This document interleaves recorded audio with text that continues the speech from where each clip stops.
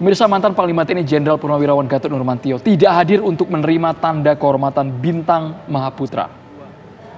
Dr. Haji Anwar Usman. Nama Gatot Nurmantio telah disampaikan Menko Polhukam Mahfud MD sebagai salah satu tokoh yang akan menerima penghargaan di Istana Negara. Ketidakhadiran Gatot ini dipastikan melalui surat yang dikirimkan kepada Presiden Joko Widodo.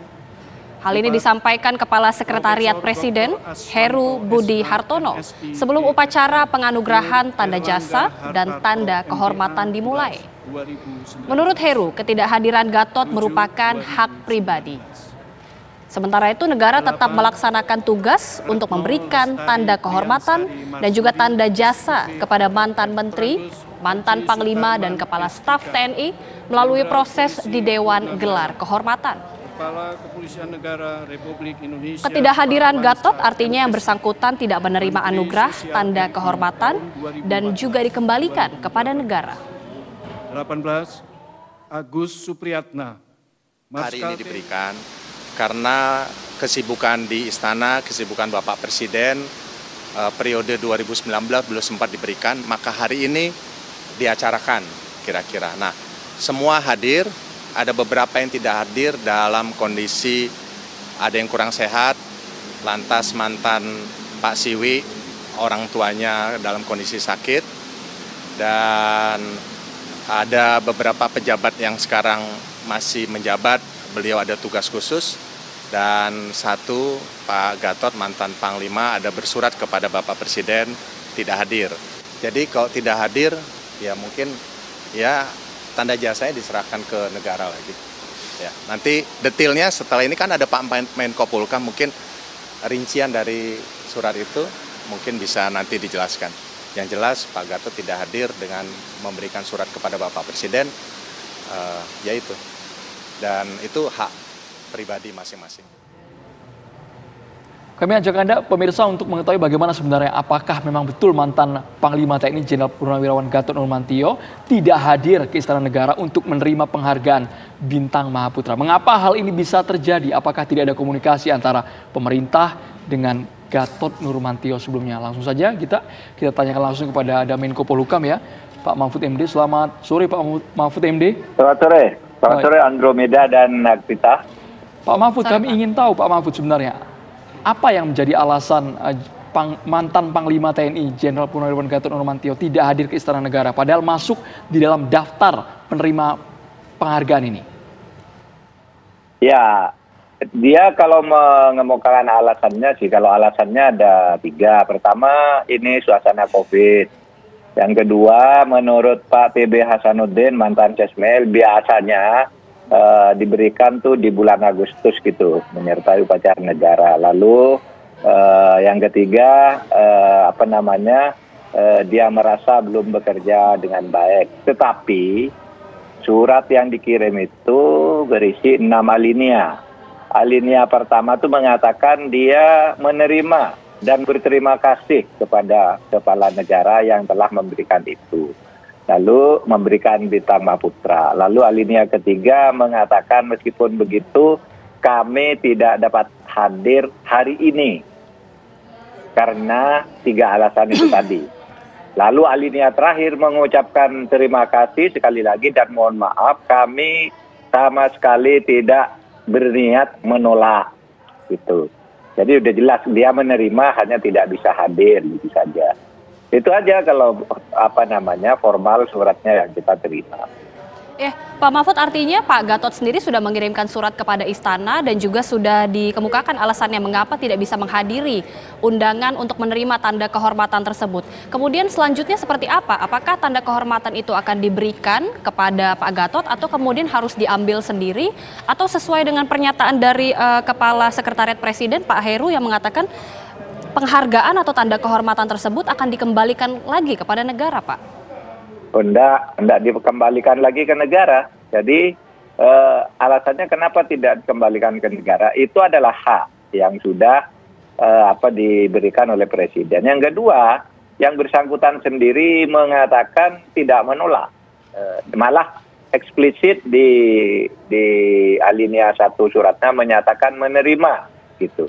menerima dan berterima kasih sebagai penghargaan. Lalu yang terakhir menyatakan sekali lagi kami mohon maaf karena kami tidak bisa hadir hari ini karena persoalan waktu semata, gitu bunyinya, karena persoalan waktu semata dan kami tidak ada niat menolak. Itu bunyi suratnya, jadi tidak ada masalah. Nanti technically gitu, ya kita kirim aja ke rumahnya, kan nggak apa-apa. Pak Mahfud, ada juga pihak yang menilai bahwa ketidakhadiran Gatot Nurmantio untuk langsung disematkan penghargaan oleh Presiden Joko Widodo ini diartikan sebagai bentuk penolakan secara halus akan penganugerahan ini, Pak Mahfud. Tanggapan Anda seperti apa? Nggak tahu kalau itu urusan urusan hatinya Pak Gatot ya. Apakah karena itu dia tidak mau disematkan langsung atau karena apa? Tetapi dia jelas menyatakan berterima kasih karena penghargaan dari Presiden Kepala Negara itu bukan untuk dia pribadi tetapi untuk pengabdian dia dan ribuan prajurit TNI. Dia katakan begitu. Soal dia tidak hadir alasannya yang resmi itu tadi. 3 alasan. Baik, dari 71 orang penerima tanda jasa dan juga tanda kehormatan Pak Mahfud, dari semuanya ini apakah hanya Pak Gatot saja yang tidak hadir ataukah ada juga pihak-pihak lainnya? Dan kemudian apakah sebelumnya sudah pernah ada Pak yang tidak hadir untuk menerima tanda jasa ataupun tanda kehormatan juga Pak? Yang tidak hadir hari ini ada 4 ya penerima bintang Mahaputra. Sebelum ini saya tidak tahu apakah ada yang pernah tidak hadir atau tidak, saya lupa melihat. Tetapi 4 orang itu, satu Pak Gatot Nurmantio, yang kedua mantan Kepala Staf Angkatan Laut Pak Siwi karena ibunya sakit, dia udah lama memberitahu, bukan baru kemarin tapi udah tidak salah 5 hari lalu gitu udah sampai, mohon maaf. Kemudian ada Pak Riamizat Triakudu. Pak Riamizat Triakudu kita tahu beliau agak kurang kurang sehat lah kalau mau dibilang sakit, alasannya sakit. Tapi kemudian ya ada Pak Budi Gunawan, Kepala BIN kita, itu juga pamit tidak hadir karena ada tugas khusus dari Presiden sejak kemarin. Itu aja ada 4 tadi yang tidak hadir. Yang lain 71 kurangin 4 berarti 67 itu hadir semua tadi. Pak Mahfud, secara mekanisme Pak, apakah yang bersangkutan Gatot Nurmantio ini harus mengambil langsung atau nanti dikirimkan ke rumah Pak? Tidak ada mekanisme yang mengatur itu. Oleh karena tidak ada, boleh dia ambil langsung, boleh juga dikirim, kan gitu aja. Cuma kita menentukan apa yang bersangkutan memenuhi syarat atau tidak, dan itu ternyata memenuhi syarat. Dan supaya diingat bahwa yang menilai dan mengusulkan ke Presiden itu bukan pejabat pemerintah seperti saya ya. Itu ada tim di mana juga ada orang luar. Orang luar itu yang juga kritis juga terhadap kehidupan sosial politik kita. Ada Azumardi Azra, itu anggota tim penilai Dewan Gelar dan Tanda Jasa. Ada Anhar Gonggong, sejarawan Anhar Gonggong. Ada Bu Mutia Hatta, mantan putrinya Pak Hatta itu. Lalu ada Agus Sumartono, lalu ada saya. Jadi itu melalui sebuah tim, dan tim itu tidak bekerja susah, cuma mengukur saja apa sih kriterianya yang ditentukan oleh undang-undang, gitu aja. Lalu memang kemudian ketika itu sampai kepada nama-nama yang spesifik disampaikan, ada Pak ini, Pak itu, Bu ini, Bu itu gitu. Dan ya Presiden, udahlah kalau memenuhi syarat, yang memenuhi syarat harus diberikan semua. Jangan pandang bulu siapapun gitu. Waktu itu Presiden. Dan memang betul kan tidak boleh tidak diberi karena menurut undang-undang harus diperlakukan sama semua. Itu aja. Baik, Pak Mahfud, kami ingin tahu ketika seseorang sudah mendapatkan tanda jasa dan juga tanda kehormatan ini, apa saja hak-hak dan juga benefit yang diperoleh dari si penerima tanda jasa tersebut, Pak? Tidak aja, hanya rasa kebanggaan diri aja bahwa negara menghargai yang bersangkutan. Gitu. Karena itu bukan yang bersangkutan meminta, tapi negara memberikan berdasar undang-undang. Kalau hak-haknya sih mungkin malah orang lebih baik menghindar gitu ya.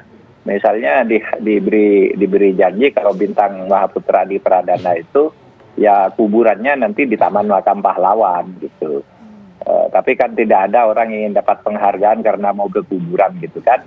Itu dari negara aja memberikan penghargaan seperti itu. Syaratnya seperti apa sebenarnya Pak Mahfud? Kok kesannya jumlahnya kuotanya besar sekali, 71 nama dimasukkan. Ini kan bukan sekedar formalitas Pak, tapi ada faktor seleksi juga yang harus mereka lewati kan Pak Mahfud? Iya, faktor seleksinya ya itu, satu pernah mengabdi kepada bangsa dan negara dengan pengabdian yang luar biasa. Lebih dari orang biasa tentu saja pengabdiannya apa. Nah di situ yang selama ini pengalaman berjalan, sejak zaman Pak SBY ya, ini zaman Pak SBY, itu adalah kalau dia menjadi menteri kabinet, kemudian menjadi ketua atau pimpinan lembaga negara, dan itu diusulkan ya, kalau yang di luar kabinet itu diusulkan oleh institusinya, misalnya ketua DPR diusulkan oleh sekjen DPR, disesuaikan syarat-syaratnya dengan undang-undang. Puan Maharani itu dapat, itu bukan karena ketua DPR. Dia adalah menteri PMK pada periode dulu dengan tugas penuh sampai 5 tahun gitu. Tapi kemarin pernah ada Fahri Hamzah dan Fadlizon, itu diusulkan oleh lembaganya. Dan kita tidak boleh menolak usul itu selama persyaratan formalnya terpenuhi. Karena kalau dipilih-pilih gitu, ini boleh, ini tidak, nanti malah bisa diskriminatif, tapi bisa juga kolutif gitu. Kolutif dalam arti kalau teman dikasih, kalau yang bukan teman tidak dikasih, itu namanya kolutif dan atau diskriminatif. Oleh sebab itu ukuran-ukurannya ya gitu aja kalau kita, tidak banyak berdebat. Apakah orang ini sudah pernah menjadi pejabatan setingkat menteri dalam satu periode? Iya, kasih. Apakah pernah menjadi panglima atau panglima TNI atau Kapolri, meskipun tidak satu periode, itu dikasih. Apakah pernah menjadi kepala staf angkatan di TNI, 3 angkatan tuh, darat, laut, udara. Nah kalau itu, berapapun lamanya mengabdi ya, panglima, kepala staf TNI, kemudian Kapolri, itu kalau sudah pernah menjabat itu, berapapun lamanya itu dapat bintang itu, karena kalau jabatan Panglima, Kepala Staf, dan Kapolri itu tidak ada periodenya. Diangkat sekarang, besok bisa dipindah, besok lusa. Ada juga kan kalau di TNI itu pangkat naik sehari bisa 2 kali, itu bisa. Nah itu diperlakukan secara khusus di situ. Baik, terima kasih atas informasinya Pak Mahfud MD, Menko Polhukam RI, sudah bergabung bersama kami di Kabar Petang TV One. Terima kasih Agita dan Andromeda. Terima kasih Pak.